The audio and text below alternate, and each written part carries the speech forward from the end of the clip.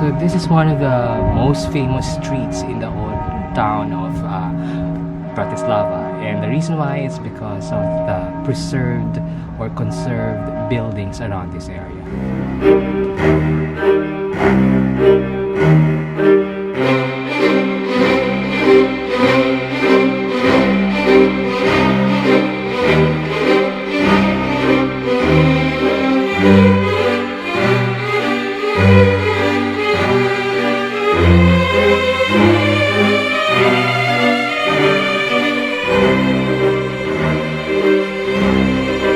Just when the sun was about to set, I found myself reaching for the sky in Bratislava. This is the UFO bridge. It was given that name because of its alien-like structure, a flying saucer hovering just above the bridge that leads to the entryway of Bratislava. But its official name is Slovenského národného povstania. To avoid twisting our tongue, let's just go by the name Most SPN or UFO bridge.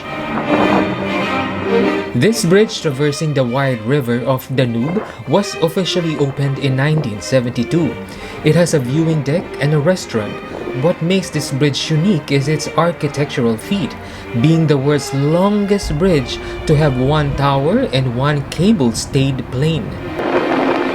With its height of 85 meters, you would be able to see Bratislava's busy old town and its emerging urbanized residential districts on the other side. Two worlds colliding in this one compact town that has seen ever-changing borders and influences from the different periods of European history.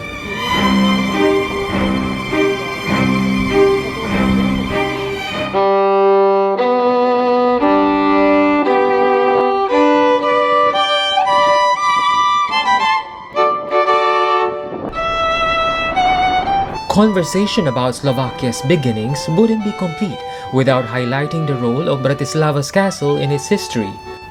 Not only it has dominated the skyline of the lower Bratislava town, but its historical narrative as well.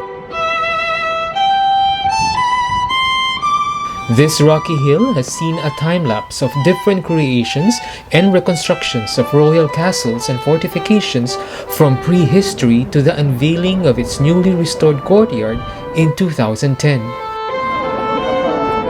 That includes the statue of King Svatopluk I, the ruler of Great Moravia, the man who has extended their old borders vastly. But Bratislava's royal heritage really started when it became a part of the Kingdom of Hungary. Her royal name then was Pressburg. It was the coronation site and the legislative center of the Hungarian royal dominion from 1536 to 1783. On a clear day beyond its horizon, you would see its former sister royal states, Hungary and Austria. So Bratislava is actually the capital of the Slovak Republic, and Slovak Republic used to be part of Czechoslovakia as a nation until it split up with Czech Republic, and both became independent and sovereign countries, and that was in the 1990s. 1918, when Czech Republic and Slovak Republic decided to unify as one nation, Czechoslovak Republic, declaring the country's independence from the Austro-Hungarian Kingdom. But communism crawled into its borders in 1948 when the Soviets influenced the political decisions of the country. 1993, the two countries amicably divorced and became two independent nations with shared pasts.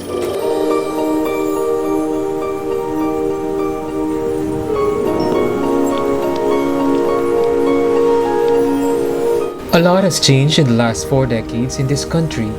Freedom, democracy, and economic resurgence, they all embraced it. Communism seems a distant past, but there are still some reminders of it.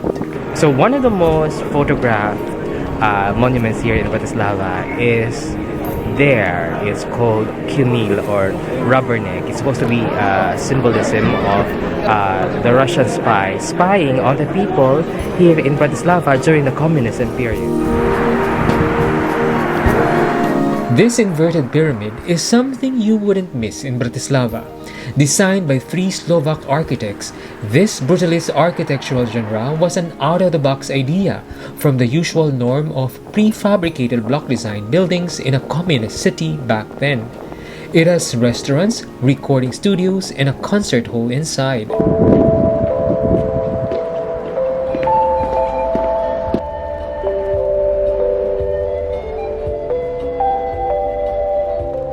Another legacy of communism in the city is the destruction of the Jewish quarters in this town in the 1960s. They may have survived the Holocaust, but not the indifference towards them by most locals in Bratislava. This area used to be where the Jewish synagogue was located in the olden times, but when they actually built this bridge, which is called the UFO bridge, they've actually demolished these structures. Few minutes away from the old town is this Smurf-like church, the Blue Church or the Parish Church of St. Elizabeth. It wasn't always colored blue when it was first constructed, mostly pastel colors. During the communist era, the big bosses of the party asked the church not to switch on the neon lights of the cross as it would spread hope and faith amongst locals. The tower was also taken down.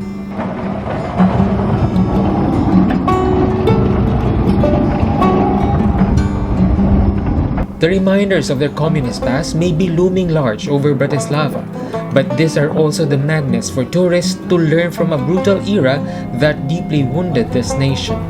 Yet the Slovaks have stayed focused to heal and move forward.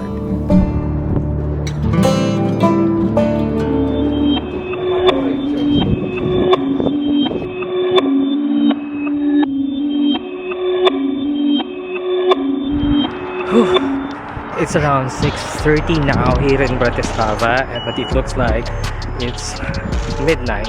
A lot of people are in vacation. The streets are really empty and quite scary if you think.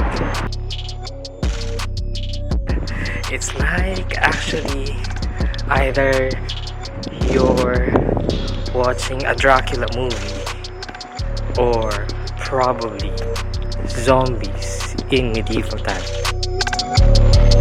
To cap off my whole trip in Bratislava, a burger takeout from one of its famous food joints would be just the right choice. When I got to Fabrica Beer Pub, there are a lot of people, it's noisy, it's difficult to talk when you eat, so I just got myself a classic burger. But I'll try the fries first.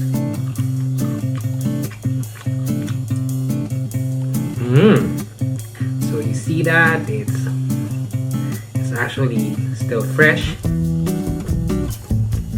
and soft and tender. See that? Look at that.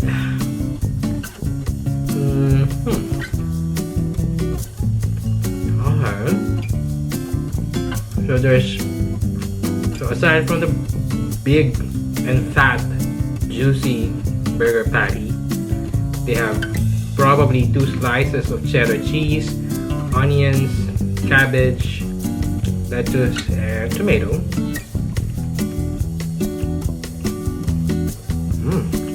It's actually juicy and tender. It's like a steak sandwich between 2 gorgeously prepared bun sandwiches, and it's just really good. You just want to bite and bite and bite